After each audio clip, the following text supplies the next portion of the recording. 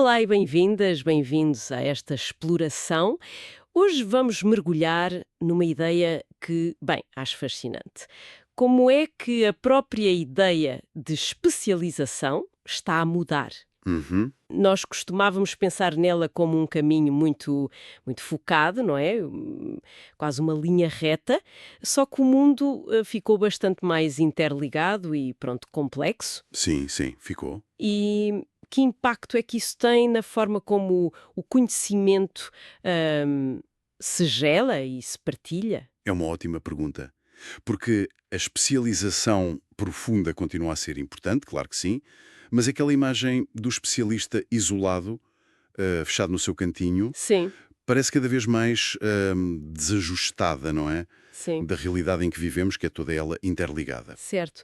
E para nos ajudar aqui a pensar nisto, temos alguns pontos-chave de um texto já com alguns anos, de 2008, chamado A Teia das Especialidades, do Edlund Zogby. Uhum. A nossa ideia aqui, nesta análise, é tentar perceber esta passagem, esta mudança de um modelo de conhecimento, que víamos como linear, para um modelo mais em rede, uma espécie de teia, lá está. Exato. Esta metáfora da teia de aranha parece ser mesmo o fio condutor do texto. É uma imagem muito poderosa que o autor usa e ajuda a visualizar algo que, de outra forma, seria talvez muito abstrato, não é? Sim, É uma transformação que se sente em muitas áreas, desde a ciência até à prática profissional do dia a dia. ok. Então vamos lá tentar desemaranhar isto. O texto começa por descrever um modelo mais tradicional. Especializado. Sim, o clássico. Sim. Pinto como a construção de um caminho linear. Acumula-se informação e, muito importante, cruza-se essa informação com a prática. Uhum. O autor até faz uma distinção que eu achei interessante. Diz que, sem prática, temos teóricos. Com prática validada, aí sim temos especialistas. Exato. É a construção de bases sólidas num tema específico. É aquela visão clássica do aprofundamento vertical, quase como se estivéssemos a escavar um poço cada vez mais fundo. Hum, E o texto aponta a algo importante. Quando esse especialista chega ao limite, digamos, da informação que está disponível na sua área direta, sim. para continuar a crescer, a aprender, tem de começar a olhar para os lados. Ah, Procurar assuntos que estão ali em paralelo, ou até temas que, à primeira vista, parecem não ter ligação nenhuma, já que isso começa a sentir a necessidade de alargar a perspectiva. e é precisamente aí que a tal metáfora da teia de aranha ganha força, não é? Exatamente. O texto sugere que cada especialista constrói a sua linha reta, a sua estrutura. Alguns estão próximos, com áreas que quase se tocam, outros Uhum. que estão mais distantes, e introduz também a ideia do conhecimento tácito, que ele define como aquele saber que não se aprende bem nos livros, Sim. mas mais na convivência, na experiência partilhada, quase por osmose. Sim, esse conhecimento tácito é absolutamente fundamental. O texto vê-o como um mecanismo através do qual um discípulo, por exemplo, pode continuar a linha do seu mestre, aprofundá-la, Certo? ou então, até, começar a tecer a sua própria linha, talvez numa direção um bocadinho diferente. Mas o argumento principal que começa a surgir é que, com tantos especialistas a tecerem as suas linhas, Uhum. o panorama geral deixa de ser só um conjunto de retas paralelas. Passa a ser algo muito mais intrincado. A palavra que o texto usa muitas vezes é mesmo complexidade. Complexidade. Mas complexidade aqui não significa só complicado, pois não? O que é que o texto diz que causa esta complexidade crescente? Bem, o autor aponta para uma mistura de fatores. Primeiro, o simples acumular histórico de conhecimento. Quer dizer, sabemos muito mais hoje do que sabíamos há 50 ou 100 anos. É natural. Claro. Segundo, a disponibilidade, que é quase ilimitada, de informação. A internet, mesmo em 2008, já era um fator disruptivo nisto. Sim, sem dúvida. Terceiro, fatores demográficos. Há mais gente, há mais especialistas. E, por último, a evolução tecnológica constante, que cria novas áreas, novas formas de ligar a informação. Ok. Tudo isto junto faz com que a lógica linear, aquela de A leva a B, que leva a C, comece a falhar. O sistema torna-se uma rede, com muitos pontos de interação, influências mútuas. E aqui é que as coisas ficam mesmo interessantes, parece-me. Quais são as implicações práticas disto para os próprios especialistas? Uhum. O texto diz que isto afeta toda a gente, tanto os mais experientes, que já têm as suas retas de conhecimento bem longas e robustas, como quem está a começar. Parece que já não basta ser excelente só no seu nicho isolado. É isso mesmo. O texto sugere que toda a gente precisa agora de procurar ativamente essas conexões, de se integrar na teia, e levanta uma dinâmica geracional que é, no mínimo, curiosa. Ah, sim. Sugere que os mais novos, que já cresceram imersos nesta realidade mais conectada, mais complexa, podem ter uma vantagem adaptativa, uma maior facilidade em pensar e operar em rede. Uma vantagem. Mesmo que, e aqui o texto até lança uma farpa, o sistema de ensino formal possa ainda estar muito agarrado ao modelo antigo, linear, dos silos de conhecimento. É precisamente essa atenção que o texto aponta. O ambiente lá fora, o mercado, a tecnologia, a forma como os problemas complexos aparecem, exige cada vez mais esta abordagem em rede. Certo. Mesmo que a formação inicial não prepare totalmente para isso. Quem tiver essa capacidade ou a desenvolver de se conectar, pode encontrar aí uma vantagem competitiva importante. Adaptam-se mais depressa ao que é preciso na realidade. No entanto, o texto faz uma ressalva, que eu achei muito importante. Alerta para não se desprezarem as tais retas dos especialistas mais velhos, mais experientes, porque este aviso parece quase ir contra a ideia da vantagem dos mais novos. Eu não acho que vá contra, acho que complementa. A justificação que ele dá é que essas linhas de conhecimento mais antigas são descritas como sendo mais fortes, mais resilientes, foram testadas pelo tempo, enfrentaram mais problemas reais, a sua solidez foi validada pela prática ao longo de anos. O autor sublinha que uma teia eficaz não se faz só de muitas conexões, precisa de fios fortes. Ok, faz sentido. A experiência e a robustez dessas bases individuais são vistas como cruciais para a força da teia toda, para a capacidade dela aguentar tensões. Portanto, a mensagem parece ser mais de integração, juntar a solidez da experiência com a agilidade da conexão em rede. Percebido. Não é uma substituição, é mais uma combinação. Uma sinergia. Exato. E se esta teia de relações entre especialistas é o modelo que ele propõe para lidar com a complexidade, como é que ela funciona, segundo o texto, para algo tão importante como a inovação? Bem, aí o autor volta à analogia da teia de aranha, e é uma propriedade muito específica dela, a sensibilidade à vibração.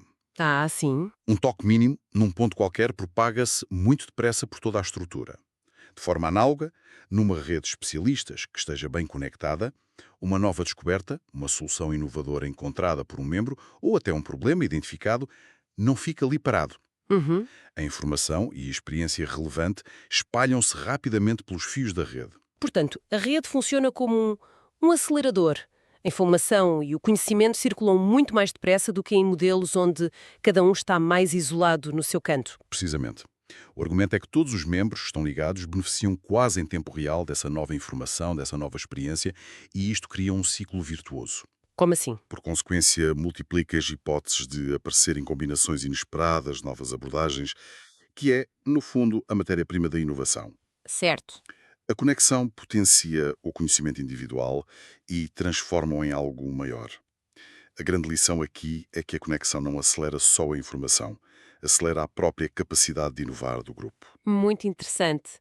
Então temos a teia, temos os fios, que são os especialistas e o seu saber, temos as conexões, mas falta a figura central da analogia, a aranha. Que papel é que o texto lhe dá neste modelo? A aranha. Essa figura é usada para representar a liderança, e este é um ponto que o texto desenvolve bastante. Parte de uma premissa, talvez um pouco polémica, mas realista, de que os especialistas, por causa do esforço e da dedicação enorme que a sua formação exige, tendem a ter egos fortes. O texto até diz merecidamente. Ok. No entanto, essa mesma força individual pode, paradoxalmente, dificultar a colaboração espontânea. Faz sentido. Egos fortes podem levar a uma certa proteção do seu território de conhecimento, não é?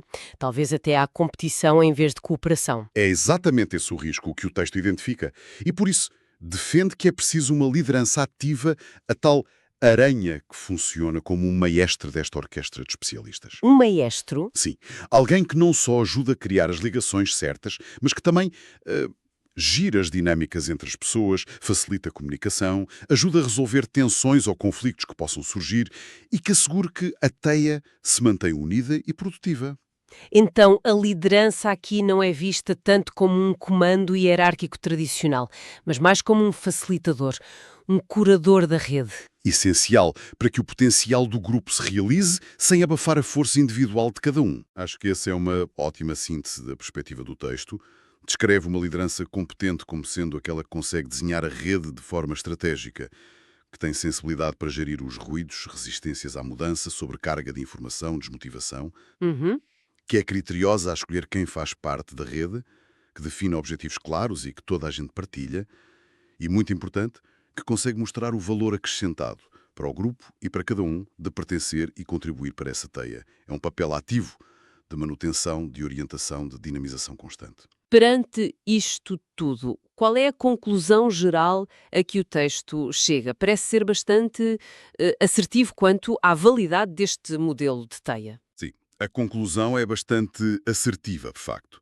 O autor posiciona a teia de especialistas como a resposta mais adequada, talvez a única que seja mesmo eficaz, para se operar na complexidade do mundo atual, seja na indústria, nos serviços, na investigação, até em desafios sociais complexos. E o modelo linear? O modelo linear, de especialização isolada, é relegado para contextos muito específicos, talvez mais simples ou, como o texto diz, com necessidades mais primitivas. Se tentarmos ligar isto ao panorama mais geral, a implicação parece ser que, no nosso mundo tão interligado, a capacidade de construir e participar eficazmente nestas redes colaborativas de especialistas, com uma liderança adequada, deixa de ser só uma coisa boa de ter, Sim, para passar a ser uma necessidade estratégica fundamental.